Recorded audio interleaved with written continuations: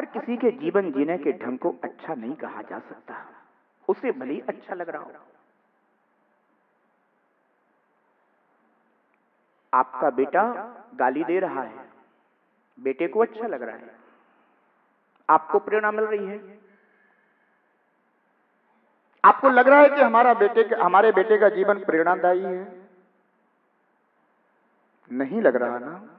आप समझाते हैं, नहीं बेटा ये जीवन ठीक नहीं, ऐसा बोलना ठीक नहीं, उचित नहीं। क्यों? क्योंकि जब आप अपने परिवार में होते हैं, परिवार के बीच में अगर वह आपका बालक वैसा कुछ भी बोल भी देता है तो भी आप हंस जाते हो, मुस्कुरा जाते हो, प्रसन्न भी हो जाते हो। पर जब वही बात यदि आपके जो मिलने वाले हैं, मेहमान लोग हैं, अतिथि लोग हैं, या आपके पड़ोस के लोग हैं, या जिनसे आपके अच्छे संबंध हैं, वो अगर वहां उपस्थित है और उनके बीच में अगर आपका बालक वैसे ही बात कर देता है, उस समय आप देखिएगा कि आपका चेहरा किस तरह का हो जाता है। आप अपनी आंख नहीं उठा पाते, आपको लज्जा महसूस होती है, शर्मिंदगी महसूस होती है, आपको ऐसा लगता है कि अरे ये बालक ने ऐसा यहां क्यों बोल दिया। जिससे आप लाड़ प्यार कर रहे थे, उस समय आपको ऐसा लगता है कि बस घर पहुंचे और मैं इसको समझाऊंगा। बंधु, बालक के जीवन को तो आपने अपने नैनों से देख लिया, आंखों से देख लिया, पर कभी आप अपना भी जीवन देखेंगे या नहीं? बच्चों को समझाना, इसको आप अपना कर्तव्य समझते हो, पर आप अपने को कब देखेंगे, आप अपने को कब समझाएंगे कि मैं भी किस तरह का जीवन जी रहा हूं। अगर आपके बालक ने वैसा बोल दिया है तो काल आपको एक चिंतन करना चाहिए, कहीं मैं भी तो ऐसा व्यवहार नहीं करता। क्योंकि हमारा पुत्र कहीं हमारा ही आईना तो नहीं है।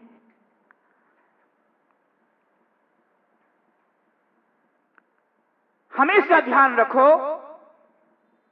आप कैसा जीवन जी रहे हैं, आपको कितना अच्छा लग रहा है,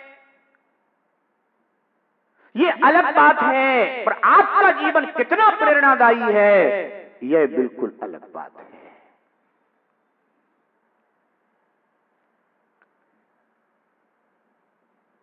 ध्यान रखना, संगति का प्रभाव हमारे जीवन पर पड़ता है। इसे अच्छी तरह से समझने की बात है, सुनने की, याद रखने की बात नहीं है, केवल समझने की बात है कि संगति का प्रभाव हमारे ऊपर पड़ता है, और केवल हमारे ऊपर नहीं पड़ता, प्रकृति का जो भी हिस्सा होता है, प्रकृति में जो भी समाहित होता है, प्रकृति का जो भी अंश होता है, सभी के ऊपर प्रभाव पड़ता है। आप लोग कैसेट जानते हैं, सीडी जानते हैं, पेन ड्राइव जानते हैं, ठीक है ना? चेतन है कि अचेतन है? अचेतन है ना? आप तो चेतन है ना? आपने क्या बोला, आपने कैसा अभिनय किया, वह सब एक अचेतन भी ग्रहण कर लेता है।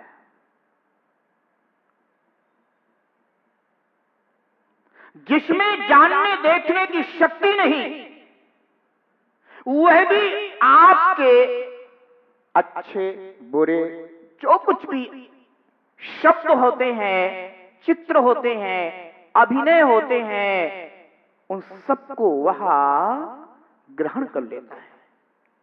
जब एक अचेतन ग्रहण कर सकता है तो ब्रोजीव तुम तो चेतन हो, क्या तुम्हारे ऊपर उसका प्रभाव नहीं पड़ेगा? बंधु, अवश्य पड़ता है।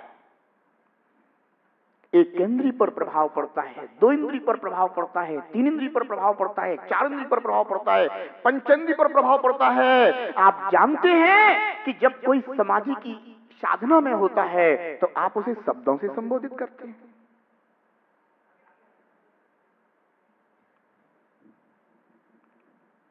शब्दों से संबोधित करते हैं, इसका तात्पर्य है कि आपका निर्णय है कि इन शब्दों का प्रभाव उस पर पड़ता है, उसके चित्त पर पड़ता है, उसके जीवन पर पड़ता है, उसके चिंतन और विचार पर पड़ता है। समझ गए ना? तभी तो आप समाधि के काल में संबोधित करने की बात कहते हो। कई बार लोग आ जाते हैं, कहते गुरुदेव जरा घर चलिए। मैंने कहा क्या बात है? बोले जरा संबोधन दे दीजिए।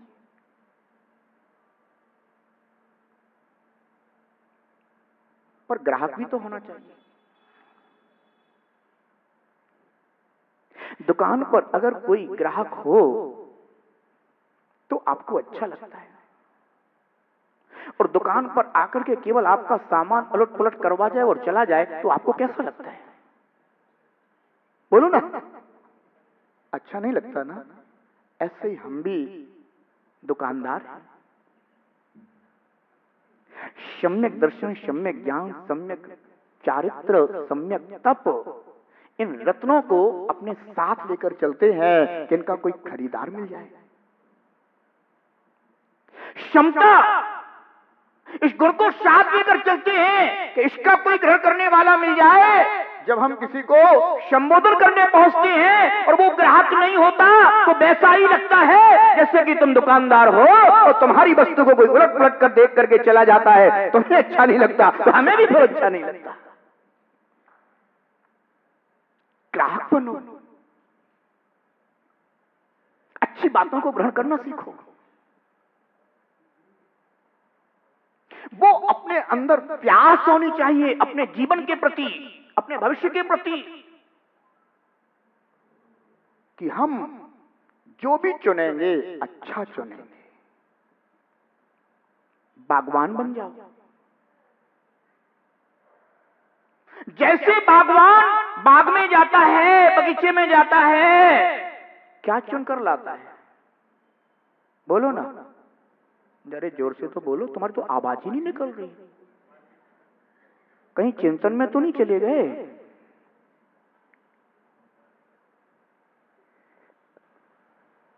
वहां सुगंधित पुष्प चुन चुन कर लाता है। आप सब बागवान जहां भी जाते हो वहां से क्या लेकर आते हो? क्या आपका चिंतन है?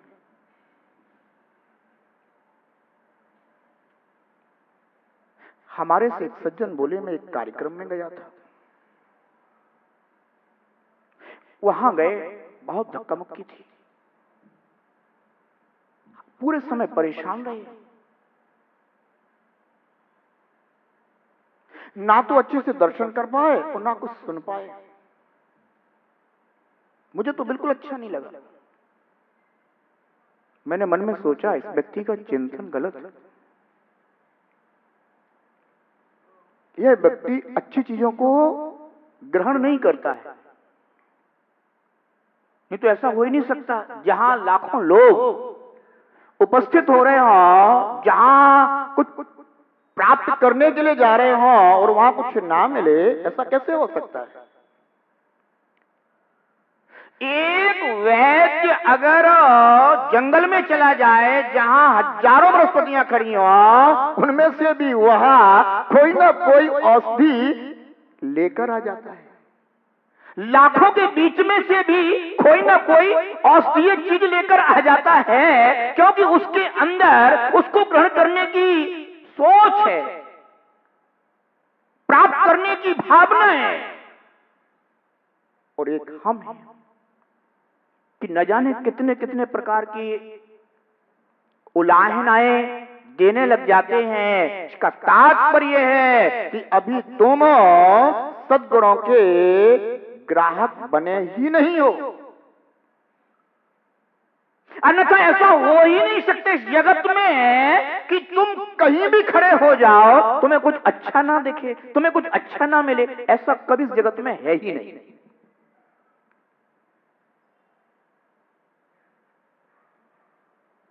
निगोदिया भी अगर निगोद से बाहर निकलता है ना, तो वो भी कुछ ना कुछ कषायों की मंदता करके बाहर निकलता है।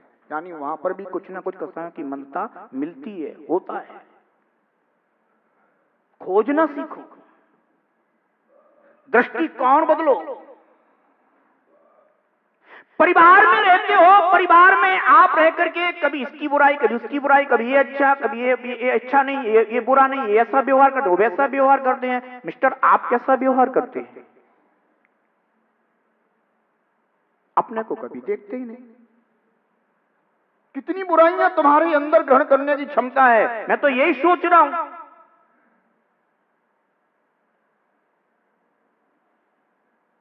बंधो, बागबान बनो, फूलों को चुनना सीखो, अच्छाइयां ग्रहण करना सीखो। जहां बैठोगे तुम भी सुगंध फैलाओगे, और जहां से भी चुनोगे तो तुम सुगंधित फूलों को ही चुनोगे। संगति का असर पड़ता है, ध्यान रखना। इसलिए अच्छे लोगों की संगति करना चाहिए, सत्संगति करना चाहिए, और अपने आसपास अच्छे लोगों को ही चुनना चाहिए। एक सम्राट था, वह अपनी महारानी के साथ कभी कभी मनोरंजन के लिए युद्ध क्रीड़ा किया करता था। महारानी के राजमहल में एक पिंजरे में तोता रहा करता था तो त्रियंच, पर जीव अपने कर्म से प्रभावित होते हैं, और जो चीजें आसपास होती हैं वो चीजें उन्हें प्रिय लगने लग जाती हैं। वह तोता महारानी से प्रेम करने लगा।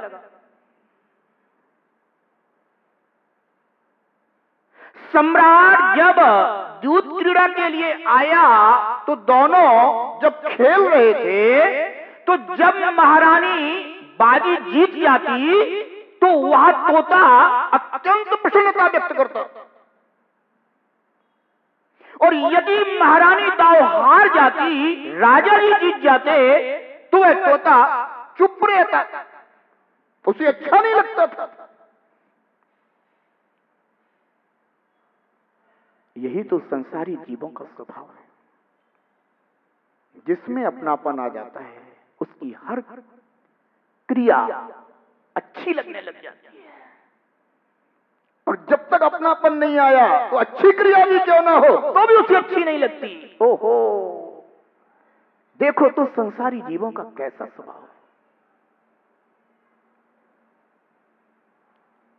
पर गुणवान होगा तो चाहे वो अच्छा व्यक्ति हो या कैसा भी हो, अपना हो या ना भी हो अपना, फिर भी वह अच्छे को अच्छा कहेगा, क्योंकि गुणवान, गुणी दृष्टि वाला।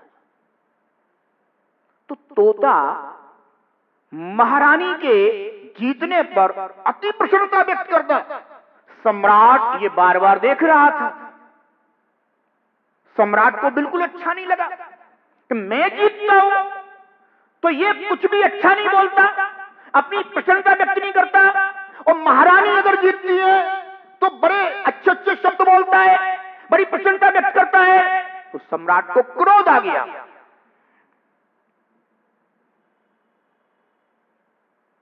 और सम्राट ने गुस्से में आकर तोते की गर्दन मरोड़ दी। तोता मरण को प्राप्त हो गया। सम्राट ने क्या यह कार्य अच्छा किया? बोलो ना, नहीं किया। किसी भी जीव को दुख देना, पीड़ा देना, किसी भी जीव के प्राणों का विघात करना, यह सम्राट के कर्तव्य के अनुरूप नहीं था।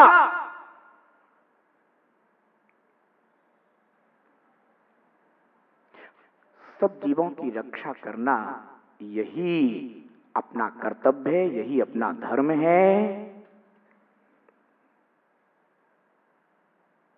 प्रतिदिन सुबह उठो, एक ही चिंतन करना, हे जनेंद्र देव, मेरे द्वारा एक केंद्रीय से लेकर के पंचेंद्रीय पर्यंत किसी भी जीव की प्रार्थना ना हो। मैं सभी जीवों के रक्षा में तत्पर रह सकूं। मेरे द्वारा हमेशा दूसरों का हित हो, भला हो। मेरे द्वारा कभी किसी का बुरा ना हो। प्रशस्त चिंतन, प्रशस्त परिणाम हमारे उद्घाटित होना चाहिए। तोता मरण को प्राप्त हुआ और व्यंतर देव हो गया।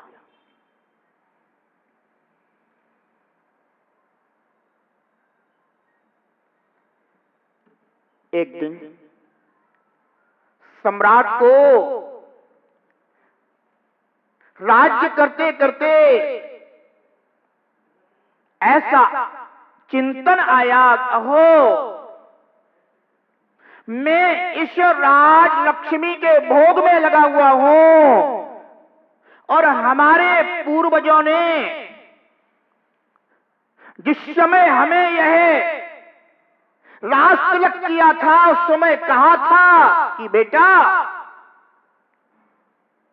यदि राज लक्ष्मी का भोग करते करते मृत्यु को प्राप्त हुए तो दुर्गति में जाओगे। अब मुझे इस राज लक्ष्मी का परित्याग करके